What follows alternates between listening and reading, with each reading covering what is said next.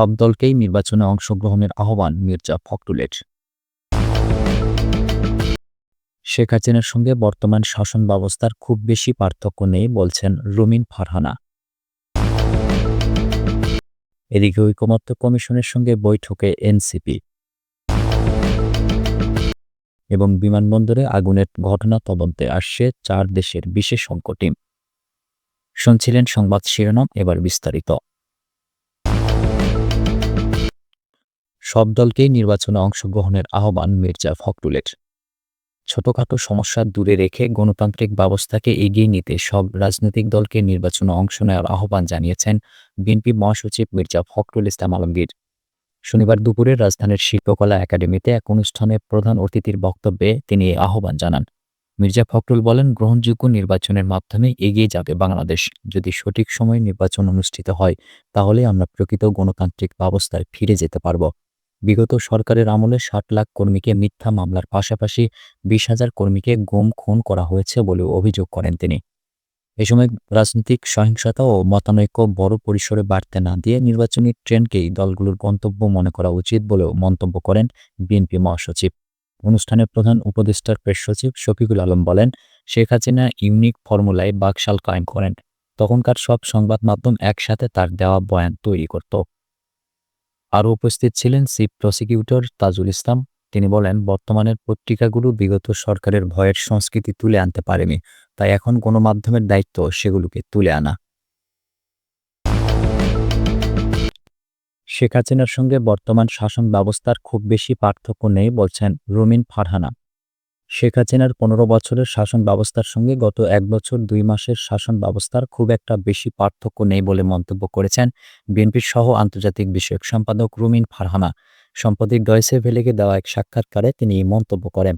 রুমিন ফারহানা বলেন, আমরা 14 বছরে বা 15 বছরে দেখেছিলাম শেখ হাসিনার একেবারে যিনি পিয়নের চাকরি করেছেন তিনিও 400 কোটি টাকার মালিক হয়েছেন। তিনি বলেন, এই সরকারের বিভিন্ন উপদেষ্টাদের যারা মন্ত্রী পদমর্যাদায় আছেন তাদের এপিএসের দুর্নীতির কথা যখন আমরা শুনি, তাদের বিভিন্ন তথ্য যখন গণমাধ্যমে আসে এবং তাদের ব্যাপারে যখন কোনো ব্যবস্থা নেওয়া হয় না, তখন শেখ হাসিনার আমলের কথাই মনে হয়। কারণ সেই পিয়নকে উনি গণভবন থেকে বের করে দেওয়া ছাড়া আর কোনো লিগাল স্টেপ উনি নেন নাই। এই সরকারকেও কারো বিরুদ্ধে যত অভিযোগই আসুক না কেন কোনো রকম কোনো আইনি ব্যবস্থা নেওয়ার দৃষ্টান্ত আমরা দেখি নাই। তিনি আরও বলেন, উপদেষ্টা হিসেবে যারা অ্যাপয়েন্টমেন্ট পেয়েছেন তাদের প্রত্যেকের সম্পদের হিসাব দেওয়ার কথা ডক্টর মোহাম্মদ ইউনূস শুরুতেই বলেছিলেন। আমাদের চোখে কিন্তু এখনও কোনো উপদেষ্টাদের তথ্য আমার চোখে অন্তত পড়ে নাই। 1-2 হয়তোবা দিয়েছেন, সেটা পুরো ক্যাবিনেটকে রিপ্রেজেন্ট করে না। উপদেষ্টাদের অনিয়মের বিষয়ে রুমিন ফারহানা বলেন, আমরা তো কারো ব্যাপারে কোনো ব্যবস্থা নিতে দেখছি না। আমি যদি একটা এক্সাম্পল ধরি, আমাদের একজন ছাত্র উপদেষ্টা আছেন এই উপদেষ্টা পরিষদে, আসিফ মাহমুদ সজীব ভূঁইয়া। ওনার ব্যাপারে একটির পর একটি অভিযোগ এসেছে। এখন আপনি বলতে পারেন যে বিএনপির সঙ্গে তার এক ধরনের মনোমালিন্য আছে, সে কারণেই হয়তো এই ধরনের অভিযোগগুলো আসছে। কিন্তু সেই অভিযোগগুলোর তো তদন্ত হওয়া দরকার ছিল, তাই না? অভিযোগগুলোকে খারিজ করতে হলেও তো একটা তদন্তের প্রয়োজন। সেরকম ন্যূনতম কোনো তদন্তও কিন্তু আমরা হতে দেখি নাই। অন্তর্বর্তী সরকার কিভাবে দেশ চালাচ্ছে সেই প্রসঙ্গে রুমিন ফারহানা বলেন, যারা খুবই মৃদুভাবে সরকারের সমালোচনা করেন তাদের ভাষায় প্রধান উপদেষ্টা খুব নরম হাতে দেশ চালাচ্ছেন। আর যারা আসলে সমালোচনা করেন তাদের ভাষায় প্রধান উপদেষ্টা হয় তিনি নির্লিপ্ত। দেশে কি হচ্ছে না হচ্ছে, দেশ গোল্লায় যাচ্ছে কিনা সেটা নিয়ে তার কিছু যায় আসে না, অথবা তিনি আসলে বিষয়টিকে খুব খেলার ছলে নিয়েছেন। ঐকমত্য কমিশনের সঙ্গে বৈঠকে এনসিপি। জাতীয় ঐকমত্য কমিশনের সঙ্গে বৈঠকে বসেছে জাতীয় নাগরিক পার্টির একটি প্রতিনিধি দল। শনিবার সকাল 10:15টার দিকে জাতীয় সংসদ ভবনের এলডি হলে এ বৈঠক শুরু হয়েছে। এনসিপির প্রতিনিধি দলে রয়েছেন দলের সদস্য সচিব আক্তার হোসেন, যুগ্ম আহ্বায়ক সারওয়ার তুষার, জাভেদ রাশিন, খালেদ সাইফুল্লাহ ও যুগ্ম সদস্য সচিব জহিরুল ইসলাম মোসা।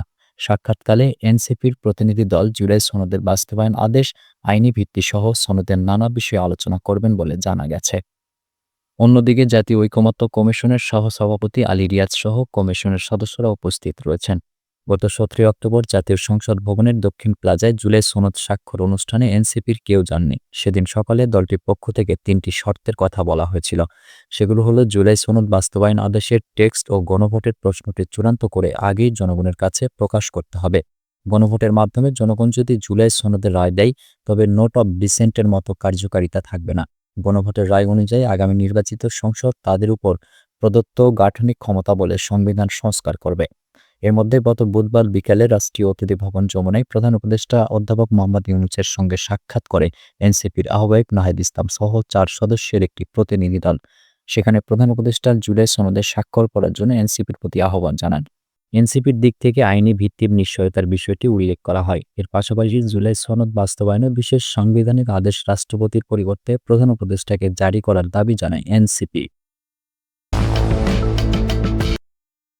বিমানবন্দরে আগুনের ঘটনা তদন্তে আসছে 4 দেশের বিশেষজ্ঞ টিম। স্বরাষ্ট্র উপদেষ্টা লেফটেন্যান্ট জেনারেল মোহাম্মদ জাহাঙ্গীর আলম চৌধুরী বলেছেন, হজরত শাহজালাল আন্তর্জাতিক বিমানবন্দরের কার্গো ভিলেজে অগ্নিকাণ্ড তদন্তে 4টি দেশকে আমন্ত্রণ জানানো হয়েছে। এই অগ্নিকাণ্ডের নেপথ্যে কোনো অপব্যবস্থাপনা ছিল কিনা সেটি খতিয়ে দেখতে ইংল্যান্ড, অস্ট্রেলিয়া, চীন ও তুরস্কের বিশেষজ্ঞরা আসবেন। তারা তদন্ত করে কারণ ও দায় নির্ধারণে সহায়তা করবেন। শনিবার বেলা 12:15টায় হজরত শাহজালাল আন্তর্জাতিক বিমানবন্দরের অগ্নিকাণ্ডে ক্ষতিগ্রস্ত কার্গো ভিলেজ ও ই-গেট পরিদর্শন শেষে সংবাদ সম্মেলনে তিনি এসব কথা বলেন। স্বরাষ্ট্র উপদেষ্টা বলেন, আগুন নিয়ন্ত্রণে ফায়ার সার্ভিস যথাসাধ্য চেষ্টা করেছে। ফায়ার সার্ভিস ফেল করেনি, তারা সময়মতো ঘটনাস্থলে পৌঁছে আগুন নেভাতে কাজ করেছে। এয়ারপোর্ট অথরিটির 4টি ইউনিট 4 মিনিটের মধ্যে ঘটনাস্থলে পৌঁছে যায়। ফায়ার ব্রিগেডের ইউনিটগুলোও 15 থেকে 20 মিনিটের মধ্যে আসে। আগুন দ্রুত ছড়িয়ে পড়ে কারণ ওই জায়গায় খাদ্যপণ্য বেশি ছিল, কেমিক্যাল নয়। তিনি আরও বলেন, বিমানবন্দরে ইলেকট্রনিক গেট স্থাপন দ্রুত চালুর বিষয়ে সমালোচনা চলছে।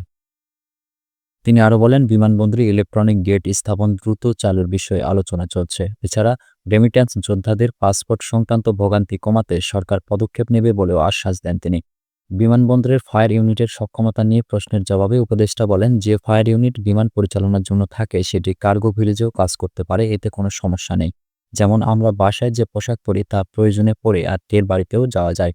এ সময় বাংলাদেশ বেসামরিক বিমান চলাচল কর্তৃপক্ষের chairman air vice marshal Mohammad Mostafa Mahmud Siddique সহ অন্যান্য কর্মকর্তারা উপস্থিত ছিলেন। সুপ্রিয় দর্শক, এ ছিল এখনকার মতো সর্বশেষ সংবাদ। পরবর্তী সংবাদ দেখার আমন্ত্রণ রইল।